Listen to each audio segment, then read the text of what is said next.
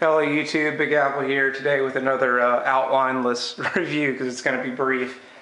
Today I mainly wanted to talk about the new RMR I got, so I'm going to talk about the dot color and the finish mainly. So why did I get amber really is why some people might be asking me. Well, I would have liked to been able to get a green dot in 7 MOA, but I actually sent Trijicon an email asking why they don't have a 7 MOA green. And they had told me that they couldn't get, I guess, sufficient light transmission through the fiber and the tritium combined, with the dual. So I'll put the entire the entire email in the description of this video so you can go back and read it, but that was the reasoning for it. So I'd buy a green 7 MOA if it were available. My eye picks up green the best. The amber's not that bad, but my comparison to the amber would be that yes, in sunlight, it's still, it's still pretty easy. In regular shooting, it's still pretty easy to see. That isn't an issue at all, really. The tritium seems to be a little bit weaker at night whenever it's dark.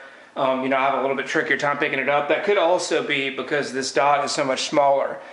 This one is a 7 MOA, and the other one was a 12.9 triangle. So that's the comparison right there with the boxes that shows the reticle. So this one is a little bit bigger than half the size of that triangle. So it could just be the fact that that triangle is bigger and it's pulling in more light. But I did find that the amber is a little bit dimmer at night.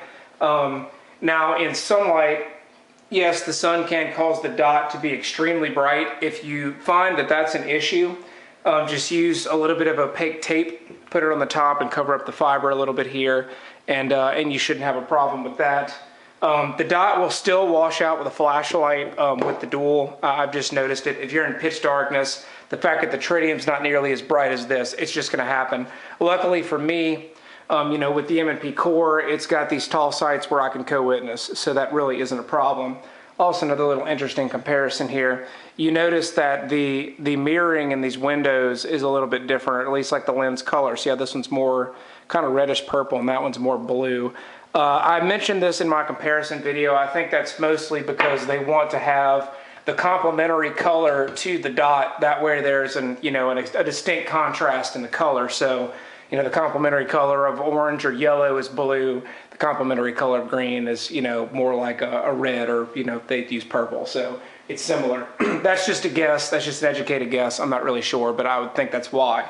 Because if you look in the LED one, it's kind of green, and so it's kind of green. Well, the complementary color of red is green.